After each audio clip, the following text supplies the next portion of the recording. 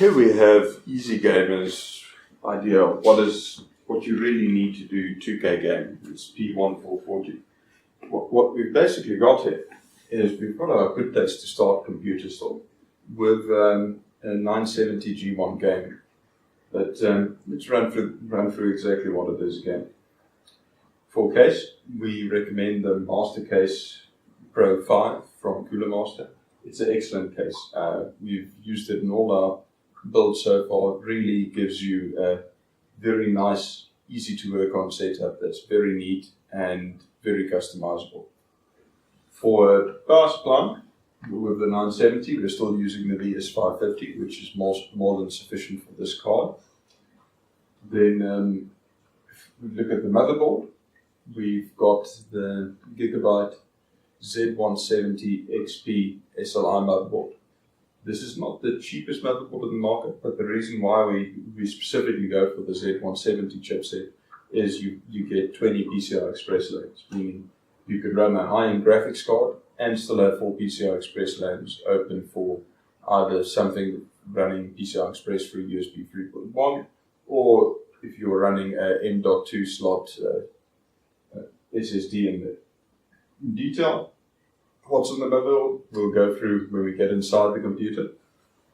Then when you get to this kind of level, you can still get it with one 8 gig DIMM, but we rather recommend going for 2. It's then you have 16 gigabyte of DDR4 at 2400 megahertz, which in all our tests seems to be sufficient for this setup. CPU, we're still fine with our i5-6600, which is a 65 watt TDP CPU.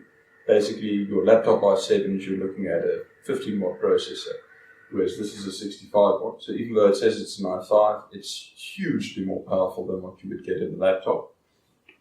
To put it in perspective, the next one that gets higher than 65 watt is only the 6700K. Then you jump into 91 watt, which is a decent boost. And the other difference between the i5 and the i7 is that the i5 doesn't have hyperthreading. Now, for gaming, it's not that important. It's basically both the i5 and the i7 have 4 cores, but Windows sees the i7 as an 8-core processor, but all it actually is you've basically got 2 channels into each core. It's not actual extra physical cores as such. And as we said, it doesn't seem to be a bottleneck at all running the i5 on this, and you save quite a bit of money with it. We do have the i7 available as well, but as I said, it is a bit of a premium. Then the 970 G1 Gaming is a great card. I mean, the 970s, to give you an idea, it's the most popular card on Steam. Steam, you can actually draw which cards most people use. So if you're looking for a proper gaming PC, the 970 is a great option. They've come down quite a bit in price, which specifically for this build really does help. What you could look at as alternatives, which we'll offer when the right versions become available on the market, is the ATI the RX 480. It's very, very similar in performance to the 970. So at the end of the day, it's a pricing thing. We personally prefer the NVIDIA, but some people prefer ATI. The only reason why we prefer the NVIDIA is we've had both kinds of cards lately, and only in certain games, but for example like Battlefield 4, with the newer ATI cards like the 290, and we've seen it with the 480 as well, you actually get a little bit of frame stutter in things like Battlefield 4, which if you're playing by yourself, you don't really notice, but as soon as you put it next to a computer with an NVIDIA card, you immediately notice, oh wait, it's actually running much smoother. And we're not sure why it does this, but it's been a problem since the 290s launched, and for some reason they haven't been able to figure that out yet. Then one step up from this, which we'll also offer with this one when we feel the right ones are available, would be the new 1060. The 1060 will give you about 15 to 20%, depending on versions, more performance than the 970. But have a look at the videos below to get an idea of what the actual performance is with the 970, and then you can make the call whether it's worthwhile to go for that extra 20% or rather go for something larger in the next step up, but unfortunately then you're looking at a bit of a price leap, something like a 1070 or a 980 Ti. But yes, so that's everything that goes in here. Now let's have a look at what's actually going on inside. When we look at the inside, you can see it's a nice and clean setup we have here. This case is amazing for flexibility. I mean, to take it out and put in a hard drive, you just remove it like this. This specifically is the little toolkit that comes with the case, which gives you all the screws you could ever need and space to store the brackets if you remove them for changing a graphics card or something. These drive bays are completely flexible. It's just 2 screws there, and you can either move them or completely remove them. The larger drive bays as well, just take them in and out. This one does come with a DVD-ROM. Unfortunately, we're just quickly using that, busy running benchmarks on something else at the moment. Then, if you can have a look, the VS550 fits really nice with the case. The color scheme seems to fit exactly. There's space for the much larger power supplies if you would want to upgrade later as well.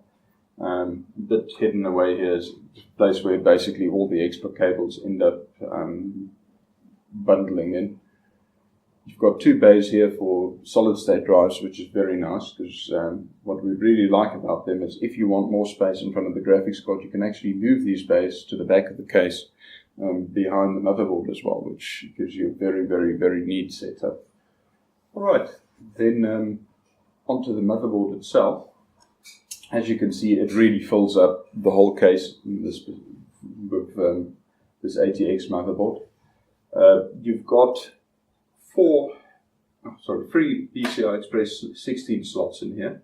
What we found to be the easiest is to use this second one for longer graphics cards, and then you don't need to move anything with the drive bay.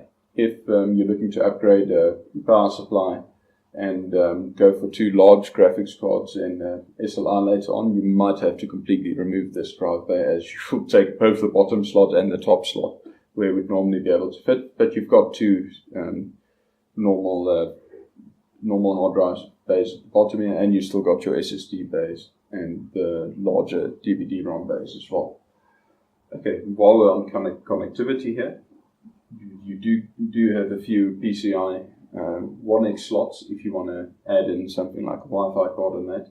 And the nice thing is, if you're looking to go that way, you've actually still got 2 PCI slots, which is very nice to have that backwards compatibility, which would be, say, if you have an older computer with a Wi-Fi card in or something, that is really nice that they've given you the option to still use those older components. But that's a trend with this motherboard, and we like it. It's probably, from what we could see, it's the most backwards and most forward compatible motherboard on the market at the moment.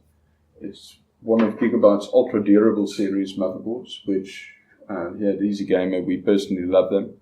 I personally have one that's been running for 10 years as sort of my secondary gaming PC and media PC, and everything else from that generation has either started to give serious issues or has completely died. So we're very impressed with the ultra durable series.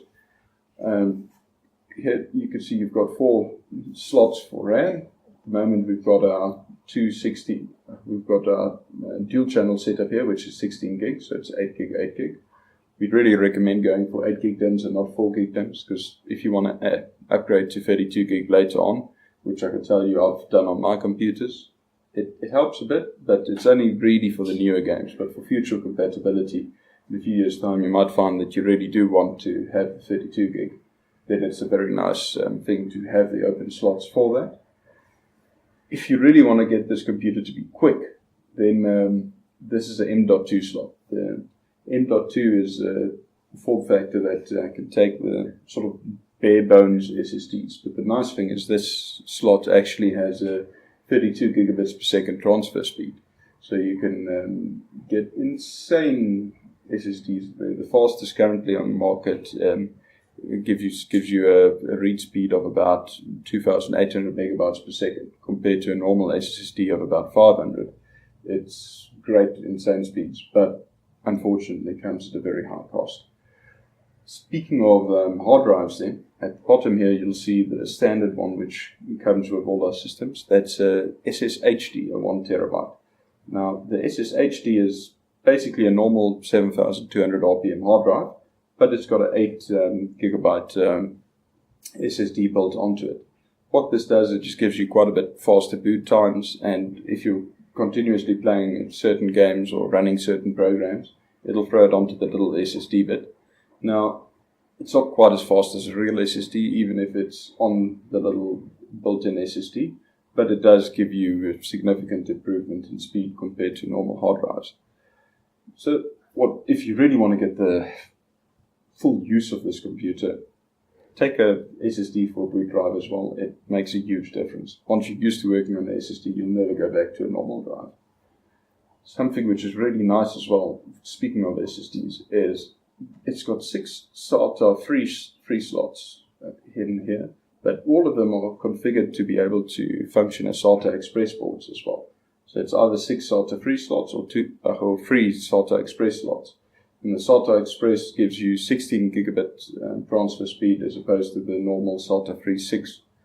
So when those SSDs become available, it really will be very nice, and it's again great for future compatibility on this board. Other than that, you've got a great sound card built in. It's isolated from the motherboard, so you don't get any noise from anything else. It is a very popular board with audiophiles for that reason. With this CPU, it's not important. It's got a turbo B clock, which is basically Gigabyte's overclocking chip, which allows you to overclock in smaller increments. So if you'd rather go for the 6700K, then that is a very nice little tool to have with. Other than that, case runs great, nice and quiet. It's got removable dust covers, which I'll show later. It's got nice handles to carry it. It really is just a very, very nice little setup. But let's quickly have a look at what's going on at the back there. At the back here, we looking at the motherboard's I/O. It's again very, very nice. Plenty of audio connectors, gigabit LAN. You've got 3 USB 3 ports. Okay, in this specific case, you wouldn't be using the onboard, but the onboard is also very nice that it offers HDMI, DVI, and the old VGA ports.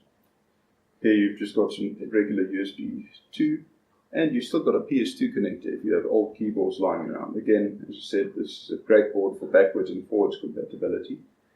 And the very nice thing for forwards compatibility of this is this red USB port, the USB Type A, is actually a USB 3.1 port, which is the new standard, which is quite a bit quicker. It's about double the speed of USB 3. And what's really nice, this one next to it here is a USB Type C port, which is basically the new mobile standard. It's also USB 3.1, but it has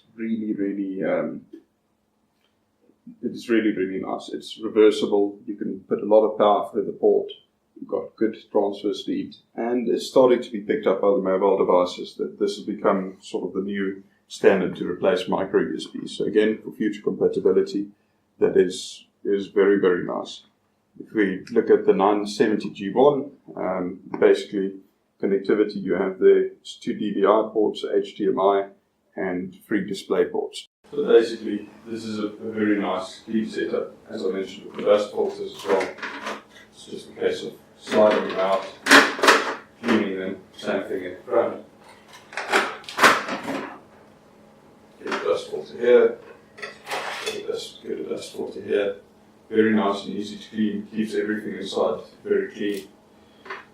But yes, this computer, if you're looking to play 2K gaming or looking at P1080, but at the higher frame rate, it's 144 Hz screen, this is excellent. Some games, as you look at the video, some games you can see you can actually play 4K as well, although this isn't exactly the ideal computer for that.